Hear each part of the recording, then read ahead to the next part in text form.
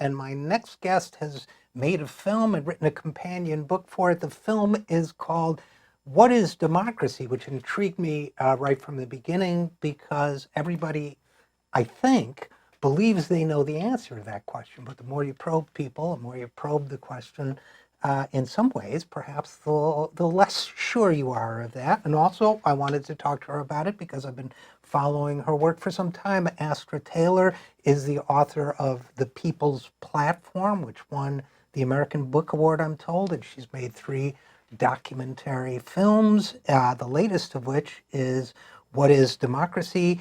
And the companion book to it is called Democracy May Not Exist, but We'll Miss It When It's Gone. I'm reading that now. So first of all, Astra Taylor, thanks for coming on the program. Hey, thanks so much for having me and for the kind introduction. Oh, absolutely. And I just have to get this out of the way to begin with. One of your previous films was on Zizek, the philosopher, and he seemed so interesting for a while and diverged a little bit lately. I wasn't so thrilled with his defense of Avatar Ronell, but perhaps that is a conversation for another time. I don't know. Yes, well, I'm not going to disagree with your assessment. Okay, all right. I didn't mean to put you on the. No. I mean, I basically, I think Zizek was doing a really valuable service. I made that film in 2000 or I made it in 2003 to 2005. So it was my first foray into filmmaking. It's sort of my film school because I didn't ever actually study filmmaking. And he was talking about capitalism, talking about the way capitalism works on our collective imagination at a time when those topics were really taboo. So I think he, was a really valuable voice at that point. But, I tried to ignore the fact that he was debating Jordan Peterson recently, who I'm very sad. As a Canadian, I'm very sad that he's our most popular intellectual export. It's sort of tragic, or it is tragic. Yeah, and he's awfully fond of lobsters, Jordan Peterson, which is a weird model for a social organization. But that is a conversation for another time. So your first film was about Slavoj Žižek, and your second film examined life, was a philosophical exploration. Your third is What is Democracy? And from what I've seen of What is Democracy, which is not yet the entire thing, very, very engaging and very watchable. And what's interesting to me, and the reason why I mentioned your previous films, is you're not afraid of big subjects, and I appreciate that. Mm-hmm. So Yeah. I mean, for me, philosophy is the asking of perennial questions. It's not just, looking for the facts. It's looking for the truth, and the truth is something more elusive, and that's why the title of the film is a question. What is democracy? I'm posing a question in order that we might remember how strange this idea of democracy is. So democracy is the idea that the people, the demos, rule or have power. And so at the center of this term that we hear all the time is actually an intellectual challenge, because what is the people? The people is an abstraction. When you talk about a monarchy, for example, the king rules, and the king is not abstract. The king is a person, or the queen, if there happens to be a queen. But the people is an invention that emerged in particular moments in history, and it's a concept that can transform. So the question of who the people is demands us. It's a challenge we have to engage intellectually. The question of how we rule is something that we can expand over time and reassess and reinvent. So philosophy, I think, democracy is this interesting thing because it demands theory and practice, that mix of thinking and action, which is, a sort of it's a combination that, as someone who is a lover of ideas and a lover of political change, it's a combination I'm very intrigued by. And so the film tries to ride that dialectic between the sort of big concepts, big ideas, big questions, but also showing the struggle of everyday people to make the world more equal and just. And it's such a fascinating moment to take that on as a challenge, Astra Taylor, because to me, we're at a moment in history, and you touch on this in the book, especially in your conversation with Wendy Brown.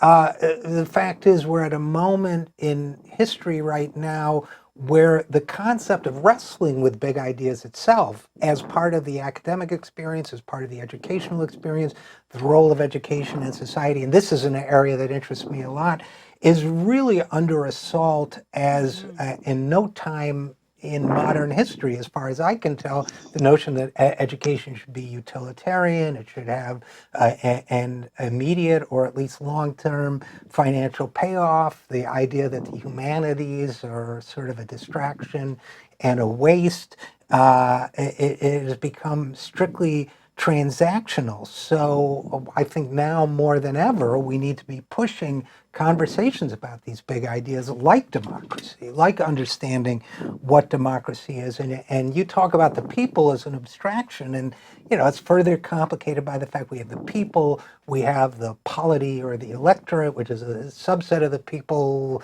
that shifts over time, that gets to make the decisions about how to rule. We have the ideal versus the idealized version versus the imperfect reality. And you do explore all of the dimensions of this issue.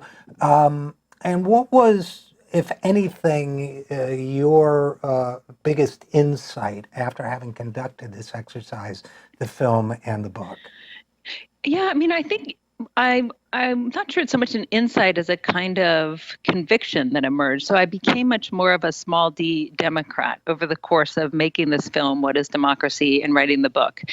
And so the book's title, Democracy May Not Exist, But We'll Miss It When It's Gone, is an attempt to convey, my own ambivalence, right? The fact that we don't live in anything resembling a democracy. We live in an oligarchy. We live in a world where even when people do have, the right to vote, their vote is, the vote is suppressed, even, or weighted in such a way that it doesn't produce an effect. So even these sort of, shibboleths, right? One person, one vote. We can't even get those right in practice. And democracy is, the history of democracy is tied up with racism, imperialism, misogyny, the genocide of indigenous people, all of these problems that we know we as progressives talk about. And yet democratizing has happened. We have made progress, and we also know that things can go terribly wrong, and that progress can be reversed, and that there can be periods of reaction. And so I'm trying, in those projects, they began with a sort of earnest inquiry into dilemmas I was facing in my own life as an organizer, as somebody pushing for political change. Why is democracy so hard to do? And why is it so hard to get right, even in the small groups that we're part of, right? Even in our activist community, let alone trying to enact those ideas on a municipal stage or the national stage. And, words like liberation and equality and freedom and revolution appealed to me, 10 years ago, but the word democracy sounded sort of hollow. And so over the course of these projects, I've really come to value the concept of democracy. In the book, I try to explore why it is that it's such a sort of confounding and yet generative concept. And so I do that by looking at what I see as democracy's fundamental paradoxes, these tensions that are just intrinsic to it. And by showing those tensions and bringing them to the surface, I'm trying to show, okay, this is why it's challenging, because the concept is inherently challenging. As we already said, it's an ideal and a messy reality. So it's theory and practice. I look at the tensions inherent in democracy in terms of time, right? The fact we have to balance people who live now with people who have yet to be born. The fact that there's a tension between the local and the global. We have to figure out how to enact democracy where we live, while also taking into consideration these global forces. The tension between spontaneity, democracy as a sort of spontaneous rupture, but also the fact that it needs to be structured. We need to have rules and laws that govern us. And so I think, my goal in this is to say, democracy, it's never been easy. It's not something that we had in 2016 and then lost the day Donald Trump won the election. Our problems are much deeper, and we need to look at those problems through a philosophical lens in order to keep this process of democratization going. Well, and you're certainly, first of all, speaking my language when you say that, or preaching to the converted, or whatever you want to say, when you talk about the fact that these problems didn't suddenly magically appear with the election of Donald Exactly. Trump. They've been going on for basically as long as this country has existed and well before. And one of the things that fascinates me about your topic, Astra Taylor, and your approach to it is, I think about this a lot, that most people, including very sophisticated people who are deeply involved in academics or politics or activism, if you ask them, they'll say, well, of course, democracy is an underlying principle of everything I do. I'm a small d Democrat, but are you really? I mean, if you push some questions, there is always an underlying tension, because a lot of the people who will proclaim their love of democracy will then turn around and vilify Trump voters, for example. And there has always been an underlying tension, certainly in the way this country, the United States, was structured, between the call for democracy and the fear of the rabble taking over. That's the old, I guess, Jefferson Hamiltonian split. So, you surface a lot of those. One of the things that interested me about your journey on that, if I understood it correctly, was that you talk about your experience with Occupy and of Occupy as, a very sympathetic observer, basically initially feeling there, if I read you right, that there was an excess of democracy, which I think of a lot of us came away from certain Occupy meetings perhaps struggling with, and then doing further research into consensus-driven organizations and thinking maybe there's more to that approach and more ability for that approach to succeed than you had originally thought. Am I getting that right, first of all? Yeah, well, I wouldn't say I was an observer, because I did participate pretty enthusiastically, even though I had my criticisms of the approach. And in my fantasy world, it would have been a different manifestation of the sort of same principles. And so the book and the film are very much born of my work as an activist and my work as an organizer. And Occupy opened this amazing space that I'm extremely grateful for, and it brought these issues of class to the fore. And the simple chant, right? The banks got bailed out, we got sold out, right? This sort of question of who benefits from the way our economy is run today, and showing that the game is rigged in the favor of the already powerful. And as you say, it always has been. And my work with Occupy led me to co-found something called the Debt Collective with a group of people who had also been part of Occupy, who had been part of the initial Occupy student debt campaign. And we have organized what is essentially a union of debtors. And so out of the ashes of Occupy, we started this debtors union, and in 2015, we launched the first ever student debt strike. It was when Obama was in office, and we have since then won over $1.5 billion of debt relief for our members. We have been in various battles with Betsy DeVos, the Trump's appointee to the Department of Education. And so, this is again, my thinking and my philosophizing is very much rooted in struggle, thinking about the way, debt historically has worked to suppress democracy. If you look at the way that even going back to Rome and ancient Rome and ancient Greece, debtors in revolt were some of the catalysts for democratic reforms. And we see this to the present day.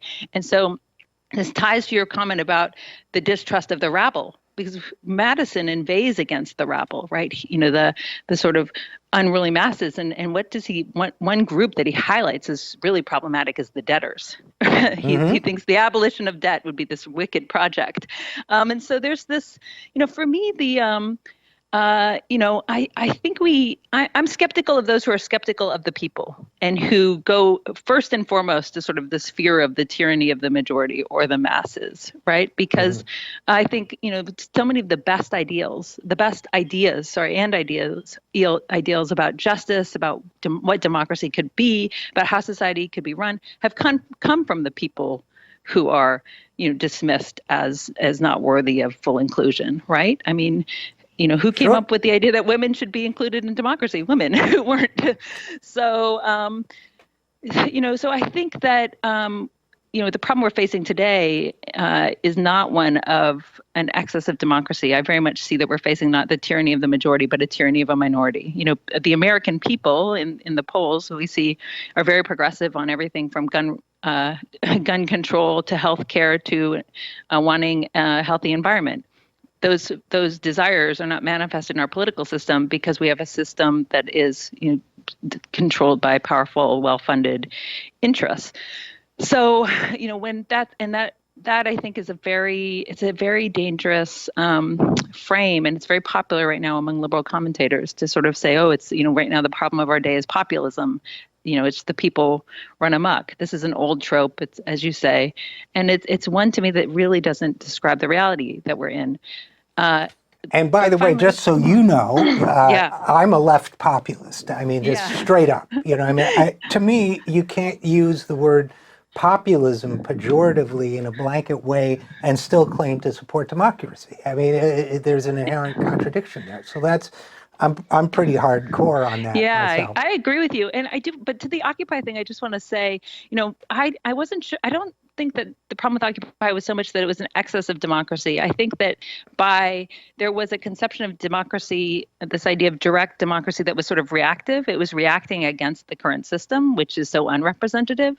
And so what I felt was that, there's lots of evidence that a system that's just totally open, that has, where anyone can participate, doesn't actually lead to democratic outcomes, because there are always what Joe Freeman famously called the tyranny of structuralistness. Certain voices do sort of informally manage to have power, and only certain people can actually participate. So I think that to actually create conditions of equality, we have to create structures. And one example, I know ancient Greece was not a real democracy by our standards. Women and enslaved people were excluded, and foreigners. But one thing they did was they compensated poor people for participation in the assembly, right? And this created what some classicists have called almost like a dictatorship of the proletariat. They understood that, if you were a farmer or a craftsman, you can skip a day's work to go hang out in the agora and Right. deliberate all day. So you needed your wages covered so that you could participate. So I think these are things where, democracy is complicated. It's a deceptively simple idea that needs a robust set of supports to actually begin to enact.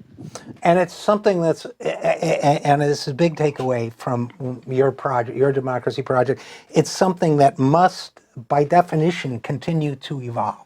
And we're probably never going to get it right, but we can get it better in a successive series of ways. I mean, I think you mentioned Solon or someone, one of the heroes of Yes. democracy, and his reforms were radical but not perfect, because I think, if I recall correctly, you had to have property to participate in his version of democracy, which I guess is what, a democracy.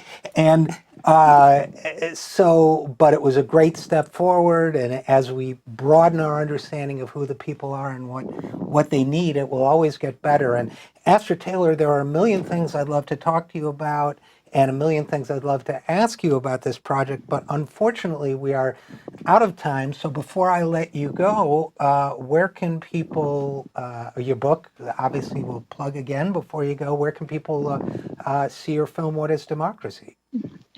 Yes. Well, I want to just endorse your sort of motto, right? Never perfect, but better. I think that's a slogan worth fighting for. So my film is available at streaming on Canopy with a K, which is available through many libraries and academic institutions. You can also rent or buy it on Amazon and iTunes, and it's also out on DVD. And the book is available at your library and hopefully your local bookstore. Yep, well, that's where I got mine. CQID, Continuous Quality Improvement Democracy. And Astra Taylor, thanks for making the film and writing the book, and thanks for coming on the program. Thanks for having me.